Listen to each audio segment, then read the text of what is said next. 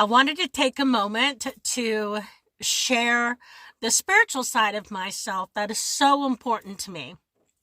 Now, this picture of this guy right here just looks like a normal, average, everyday Joe. But actually, his name is Taylor Sparks.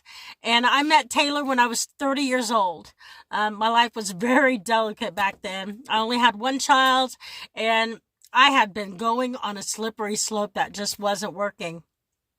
I had been in a relationship with a narcissist and a manipulator and a womanizer who I loved and adored so much that I just could not see through his bullshit. And in that relationship, I was abusing myself by staying in the relationship, watching him abusing himself and so forth. Now, this manipulator narcissist person really was doing me a favor, although back then I couldn't really see that at the time. And I have forgiven that person for everything that they had inflicted upon me. They left me alone with a child. They chose another woman and drugs over me and the child that we had together. And I was really hurt by that situation. And it was around that time where I met this man. His name was Taylor Sparks. Taylor Sparks. Him and I studied together for 12 years.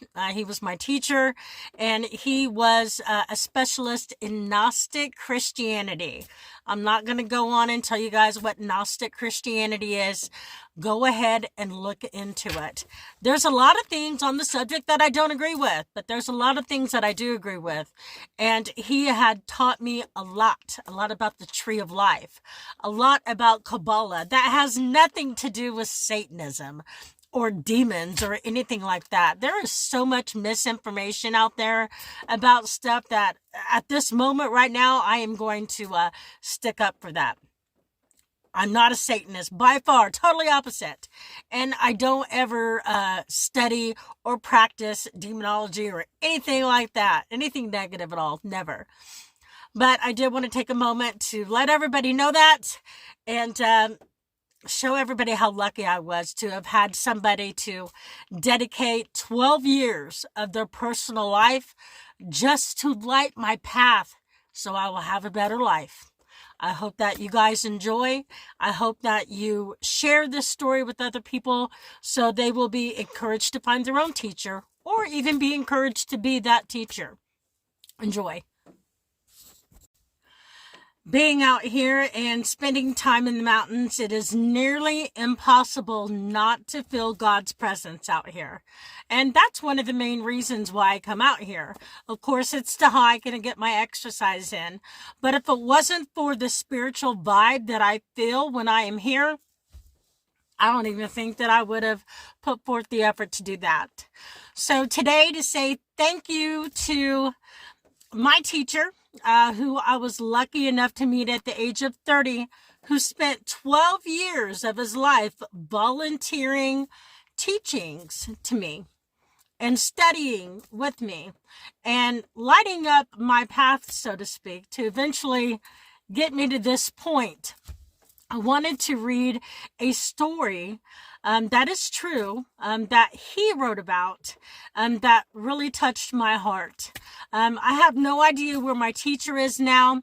If he is still alive, I hope that he's able to see this and know I am a much better person for all those struggles that I went through. Now, spiritually, my desire is to simply share the things that he has shared with me. And those things were embedded within me and within my soul. And now that I am on a path of healing, I utilize these on a daily basis. So we're going to start out with something called The Dream that he wrote. And this is a true story, by the way. Let me clear my throat. I got a little bit of a cold. There's just a bunch of weird stuff going around. Anyway, I'm sure y'all can relate. It's called The Dream.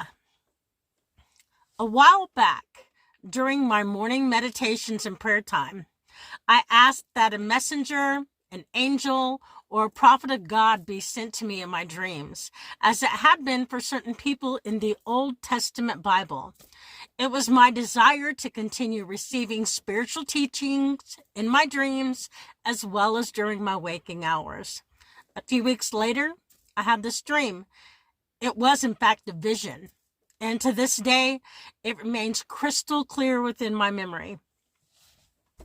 Okay, so now here's the dream that, he was speaking of, that God had sent him. And I'm going to be speaking in, his sense, from his point of view. I was walking up a slight incline from out of a sort of a gully, and at the top I looked out upon an endless wilderness. It was about 3:30 in the morning, yet because of the full moon, I could clearly see that which was before me.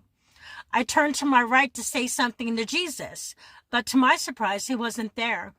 I thought he was right beside me. I looked further back to where Jesus and I had been sitting earlier, and he was still sitting there. "Aren't you coming?" I asked. "There is time," he replied.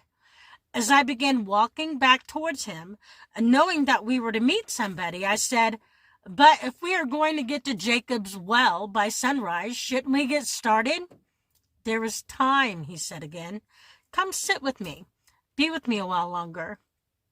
I went back and sat on his left as we both looked into the small fire that we had started earlier to warm ourselves and to rest ourselves for a while. We had been walking all night. "What is it that causes you to be in such a hurry to get somewhere else that you pay little attention to where you are in the moment?" Without hesitation, I answered, "Well, we are still some distance from Jacob's well, and I don't know how long it would take us to get there, so I thought we had better be on our way."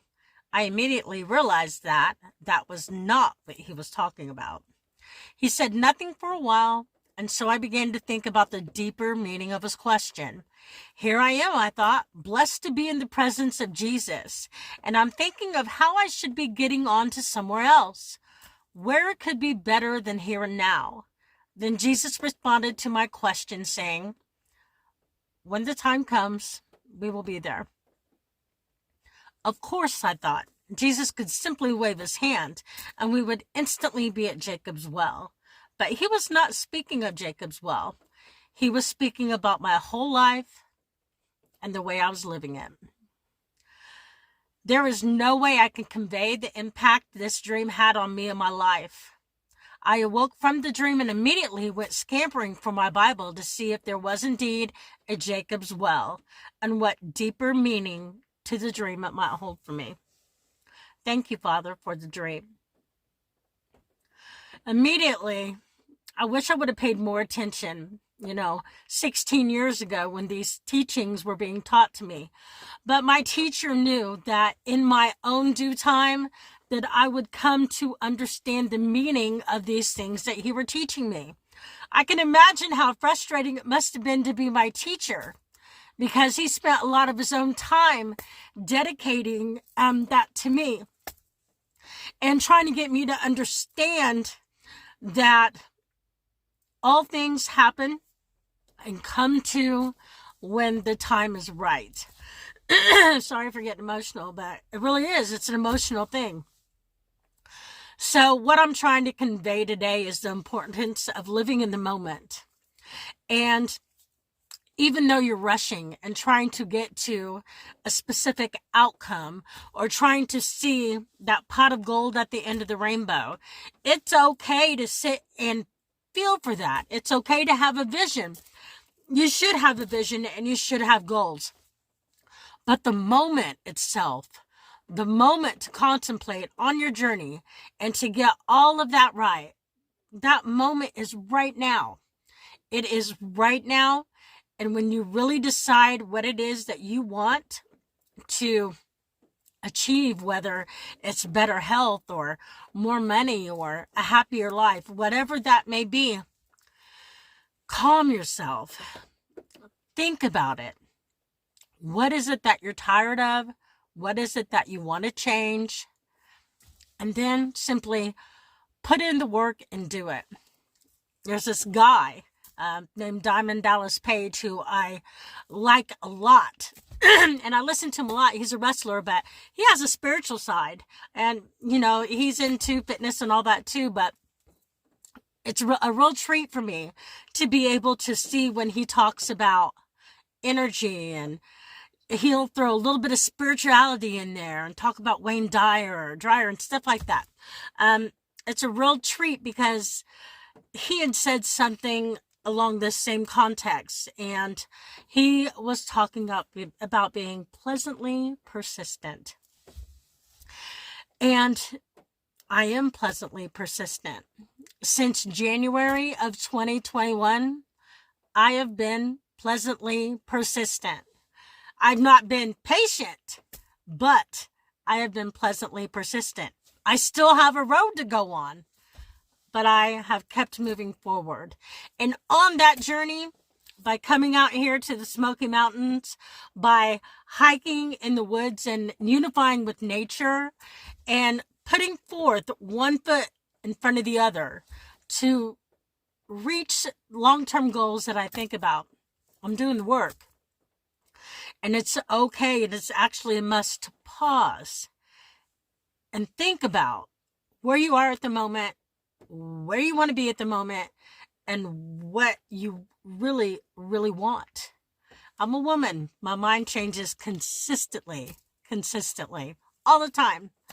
But I find myself as I get older that instead of going through multiple things that my mind happens to change on, whether it be the type of work I do or what it is that I think I should be eating or the types of clothes I want to wear and little things like that, if I just pause, if I take a moment to pause and think, that's when the real magic happens. I hope you guys have a blessed day.